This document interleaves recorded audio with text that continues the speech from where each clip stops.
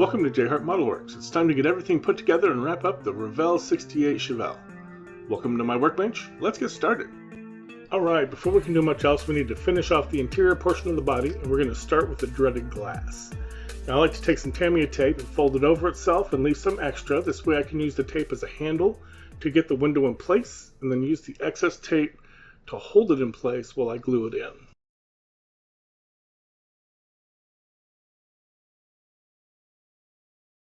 To glue it in place, we're going with the Bonding UV glue again. I'm really liking the results I'm getting with this stuff. I'm going to start on the bottom. I like to get a good bead on the corners and then get a bead along the flat edge. Then we're going to hit it with either the light that comes with it, or you can use a UV flashlight like I'm doing here.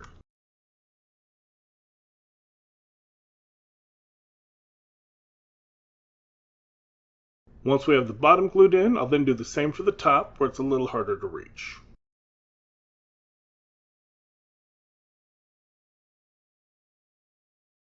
If you get a little on the glass, you can clean it off easily with a wet cotton bud as long as you haven't cured it yet.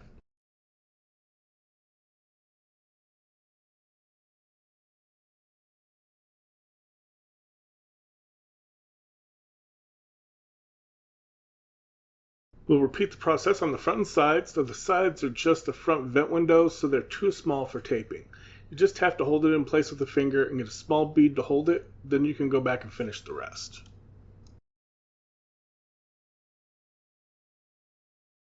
With the glass in, we're going to move to the dome light. I've lined the underside with some bare metal foil to give it a little bit of a chrome trim appearance, and I'm just going to use some CA glue. Next, we'll glue our rear view mirror to the center of the visors.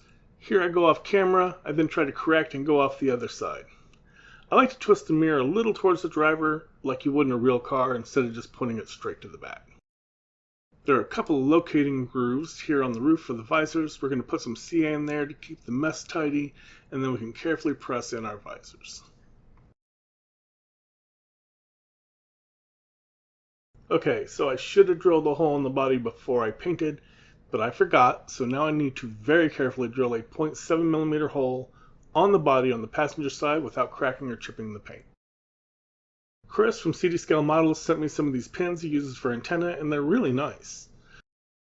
We want to slide the pin through the hole on the underside using the small bent end to hold it in place. We'll then add some CA glue and then hit it with some Insta-Set to lock it in.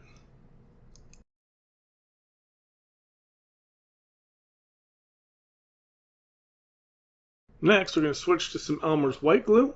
Along with the pin, Chris sent me 4 of these washers from Top Studio that fit perfectly. I can't find anyone selling these right now, and I lost 3 of the 4 while trying to get one on the pin. I recommend putting these on with a moistened fingertip instead of tweezers, as if you pinch too hard with tweezers, they will ping off into space, never to be seen again, and unlike the rivets, a magnet does not seem to pick these up. Once the washer's on, you can glue it in place with some PVA glue. Then just clean any excess off with a wet cotton bud.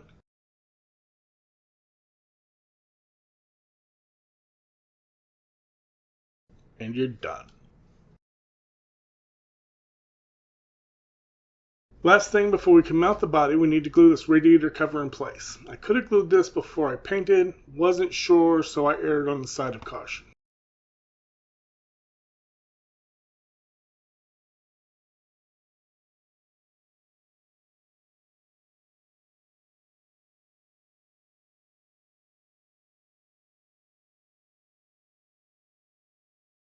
Then it's just a matter of wrestling the body over the chassis. It's really not that hard, but it does want to fight you. Mainly the corners of the wheel arches want to hang on absolutely everything they can, especially the wheel wells. Take your time, and once you get all the corners clear, it'll just slide into place with no more fuss.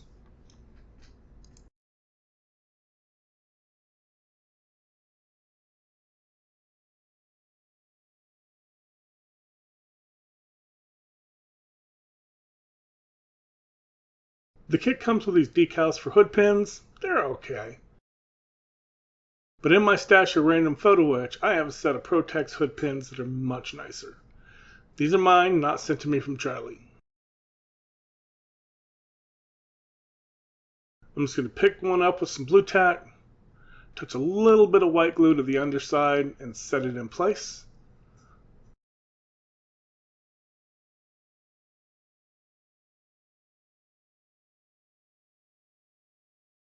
Then we'll repeat for the other side. I really like using blue tack for holding small parts like photo etch. It's tacky enough to pick it up, but it lets it go easy once it's in place. Then just cleaning the excess glue up with a wet cotton bud, and as Paul says, job's done. Okay, the front end needs to get some glass in, and we're starting with some Bob Smith Super Gold Plus, as the Bondic doesn't really like to cure as well through colored clear plastic. The Super Gold Plus doesn't fog up clear plastic like regular CA, so we'll put a very tiny bit in and then set our turn signals in place.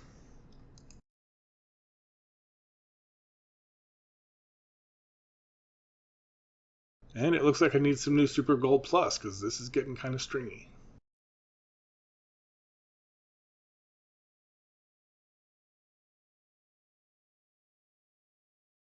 Then we'll switch back to the Bondic for the headlights. I put a tiny bit in the top and bottom, and I'll spread it around with a toothpick. I'm then going to use some tweezers to make sure that the lenses are nice and flat before we cure it into place.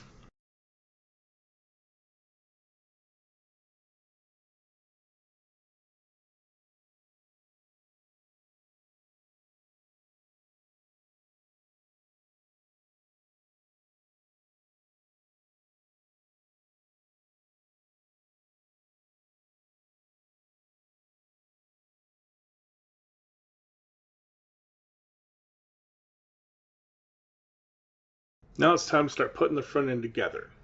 The front goes in 3 parts. I'm using CA here, so we need to watch our fingers and constantly check and clean them if we get any glue on them. We're going to put some CA glue on the sides, a little bit to the top inside these headlight buckets. You want to spread it thin. You don't want it thick enough to gush out and get glue everywhere when you push the grill in place. Once the grill is in, there's a couple of tabs we want to add some CA to.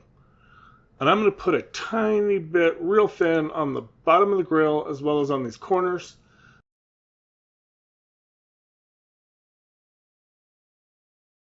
Then we can carefully set this body painted piece in place.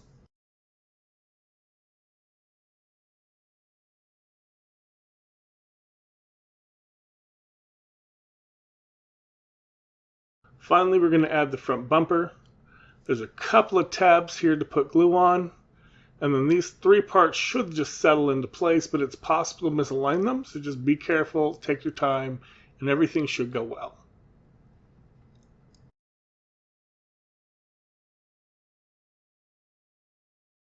And with all that done, we'll finish the front end off with a few decals.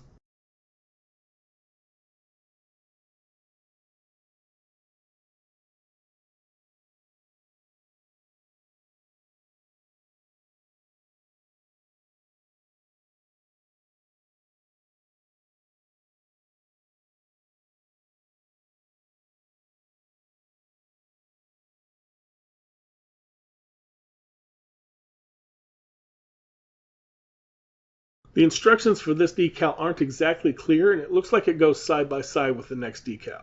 I checked some reference photos on bringatrailer.com and found that this actually goes up here on the other side of this center ridge.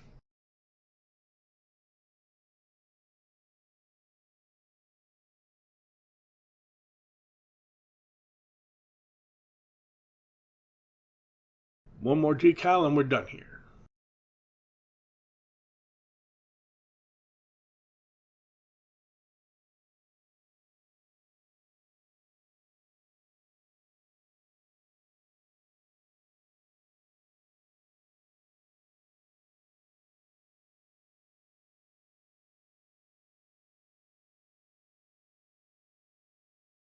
Alright, the rear end is one large chrome piece. We're back to the Super Gold Plus to glue in the clear red plastic taillights.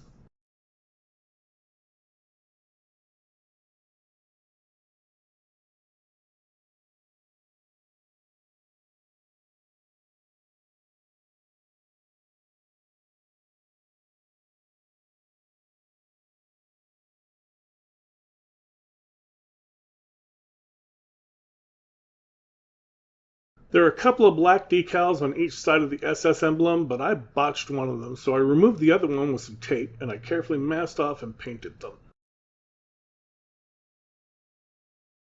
Gluing this piece in place should be pretty simple, but I can't stay in frame to save my life. I lightly added some CA to the sides and across the top for just a little extra strength. Then I'm adding some CA more liberally to the inside corners on the bottom of the bumper, as the body likes to push out on the bumper and pop it out of place when dry fitting.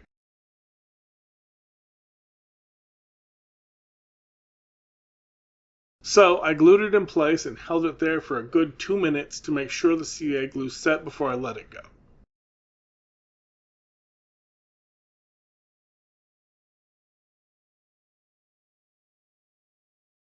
We made some DIY decals for the Texas plates as well as registration stickers and toll tags. Since these are on white decal paper, we need to cut right up to the design so as not to leave any excess decal or it will show up on the build. I also like to nip the corners as Texas plates are rounded on the corners.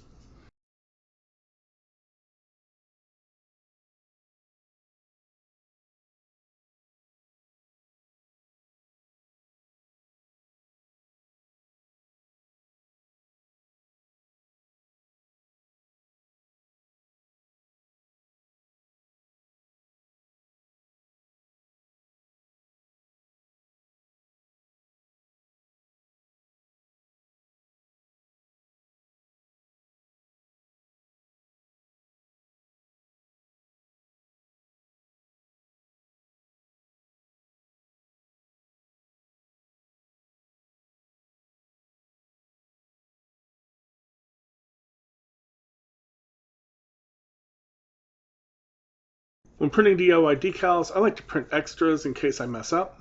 I also like to put the month and year I completed a build on the registration sticker so I can look back over time and see when I built something.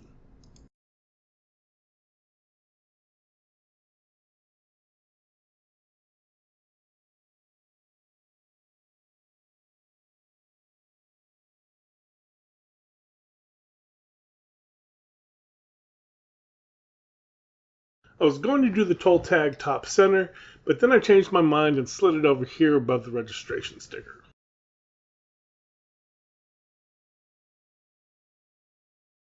Now we'll carefully glue on the plates with some CA glue.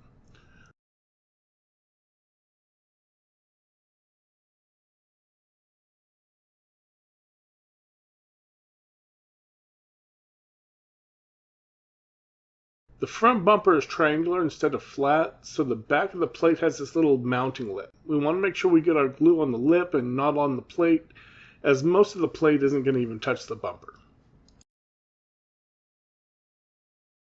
Onto the tires. Rather than using the kit decals for lettering, I use the photo etch mask from Mr. Model.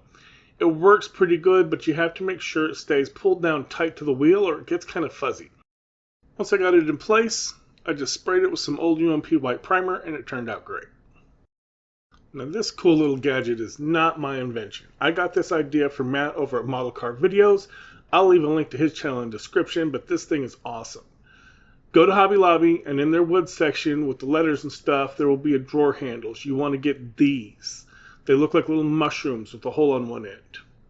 Now you want to take a drill and very carefully drill straight through to the other side. If you wobble offside, it won't snug up right. So I used a 2.5 inch long number 10 bolt and 3/16 inch bit. I also grabbed a couple of 10-inch washers and a mounting nut. Now how this works is you take one end off, you slide your tire on, then you put the other end back on, and you want the round ends facing inward. You then snug the ends up, wiggle the tire around a bit until it's snug and even, then tighten down the bolt. It doesn't have to be crazy tight, just tight enough to hold everything in place.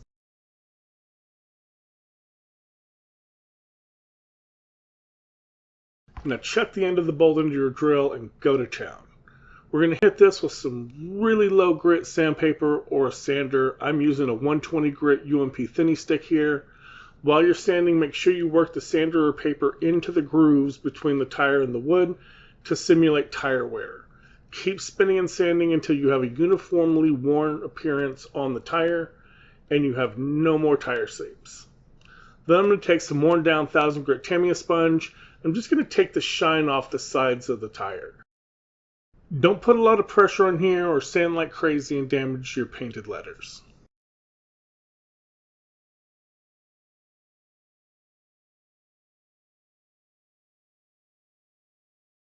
The inner wheels are slightly different between the front and back, so don't get them mixed up. We want to take one of these metal pins and slide it through the wheel back. I left the inside of the wheel backs black to make it easier to tell between them. Then we want to press the pin into the hole in the rear axle. Before you push though, press your finger on the other hand against the other side of the axle. This way when you press the pin, the force will go through the axle and against the opposite finger, instead of all the force pressing on the CA glue joints and tearing your rear suspension apart. Repeat this for the other side, again keeping pressure on the opposite side of the axle. Then we can add in the tires and the outer wheels. Be gentle as we are pressing against the sides and not straight in. Notice I'm not using any glue. All of this fits snugly enough that I didn't need it.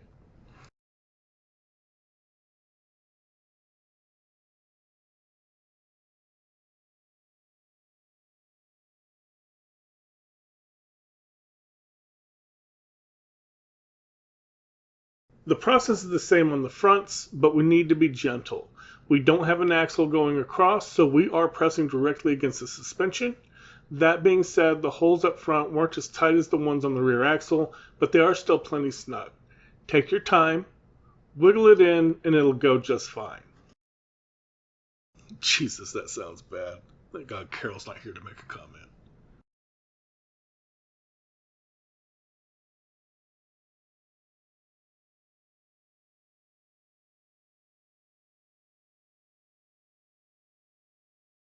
We're getting close now. We're using some Super Gold Plus again to glue the mirrors on the door handles. The mirrors are too thin to pin, but I really wish I had pinned the door handles. We want to add glue to the bottom of the part, not the body, and carefully press them into place and hold them to set. Be careful not to let them wiggle or get any glue on the body and mess up the paint like I got on the passenger side door handle.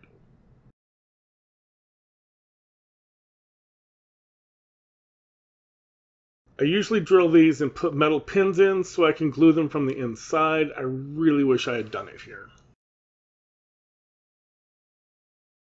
The exhaust tips on this kit are round where they attach to the exhaust pipes, but oval on the ends. Normally I would chicken out and just use the kit exhausts, or maybe I'd put some round exhaust tips on. But not today, my friends, not today. Today we're going to face this challenge head on.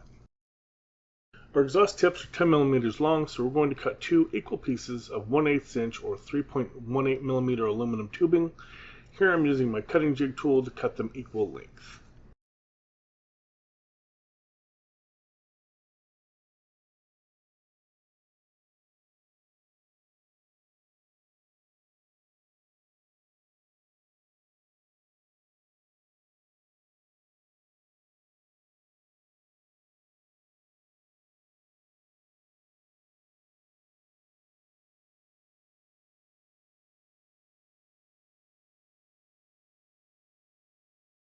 We want to use a metal file to get any burrs out of the inside and flat file to clean up the outside and the ends. This is important as we will be telescoping these with other size rods. To speed this up a bit, I just mounted a metal grinding Dremel bit into my drill.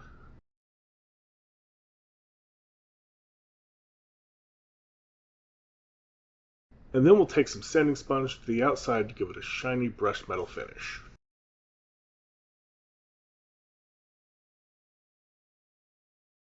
Using some 6mm Tamiya tape, we'll tape off one end of the tube, and then we'll slide the remaining 4mm inside some 5/32 or 4mm diameter round tubing. This will keep the exhaust pipe ends round when we make our oval tips. We want to slide the tape end into some metal pliers. I really wish I had some better pliers than these. These are a bit big. We want to keep the tube on the flats of the pliers and try to avoid the jagged teeth. Then we'll apply slow, steady pressure, increasing slowly and just enough to start the tube to flatten. Then we'll flip it over and repeat on the other side to make sure it's even. The tape will protect from marring, but if you get too far back, the teeth will put sharp creases in the tube instead of evenly flattening it.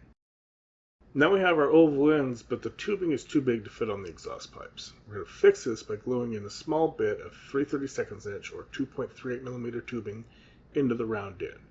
We'll cut it off, clean up any burrs, and then follow that up with some 1/16 inch or 1.57mm tubing.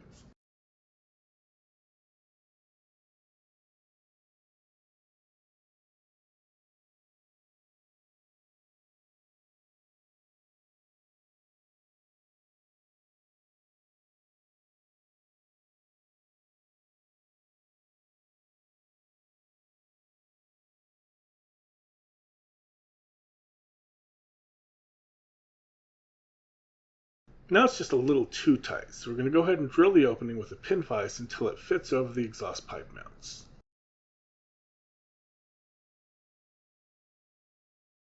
We'll just glue these on, making sure that the ovals are flat and straight.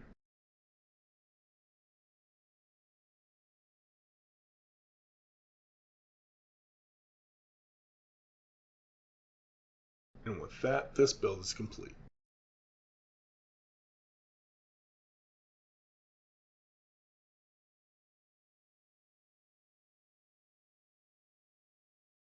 Here she is, all finished up. All in all, I'm really happy with how she came out. We got the Zero Paints Candy Electric Blue over the Gravity Spain McLaren Chrome. The paint came out really well. I kind of wish I had a little more chrome effect than what I got, but I really like how the light plays through the color.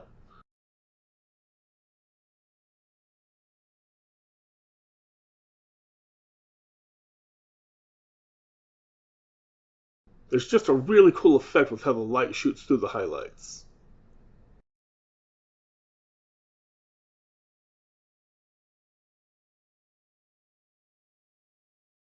We got the new set of decals in from Revell, Germany. They went down pretty well.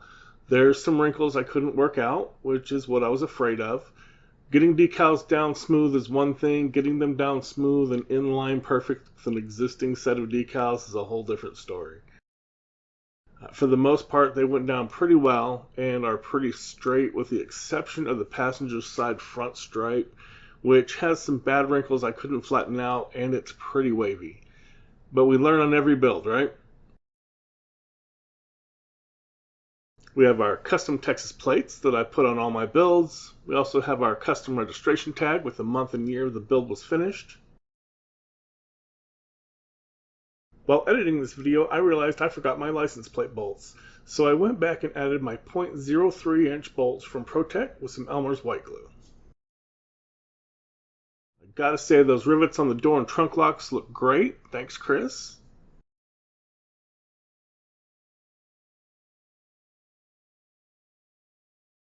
Not only do I want to thank Chris for the rivets, but also for the antenna materials. The antenna came out really good. I'll try to get a shot of the interior here. If this were black, we'd see nothing in here at all. The 0.8mm rivets for the door are a nice touch. I really like the way the seats came out. The shifter came out great as well.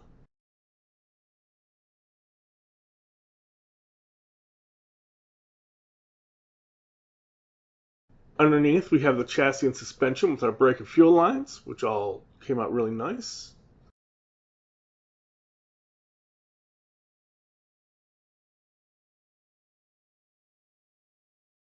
We have the custom shocks and springs in there, but you can't really see them. The 396 came out great with all of the details from ProTech. But the more I look at it, though, the more I wish I had at least crossed some of those plug wires over. I don't know about getting the exact firing order necessarily, but this doesn't quite look right. Someone pointed out it kind of looks like a yellow octopus, and they're pretty right. A few builds from now, when we do the Nova, we'll do a better job of it.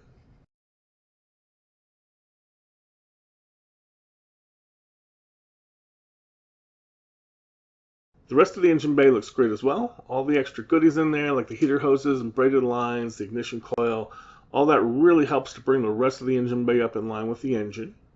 Charlie did point out to me that the instructions call out to cut the boot material on the ignition coil into thirds. I got busted not reading the instructions. It is a bit long. Another lesson for next time. We also have our radiator cap and the overflow tubing in there. All that came out great. And that's going to be it for this build. Like I said, all in all, I'm quite happy with it. There are some things I wish I could have done better. I really wish I'd pinned these door handles and glued them from the inside. It did get a bit of glue mess on the passenger side. But yeah, all in all, a really good build. The kit goes together great. There's no fit issues. There's a lot of good detail while still giving you room to modify and customize. Just a really pleasant build. So from here, we're going to get started on the unboxing for the Fujimi Dinos 246 GTS. Thanks for hanging out with me on this build, guys, and I will catch you on the next one. If you enjoyed the video, please hit the like button. Also, feel free to leave comments, feedback, critique, or anything else in the comment section below. I enjoy interacting with all my viewers in the comment section and try to reply to all the comments I receive. If you want to catch future videos, please consider subscribing to my channel and make sure you click the bell notification icon so you can be notified when I upload new videos. As always, thank you for watching, keep modeling, and have a great day.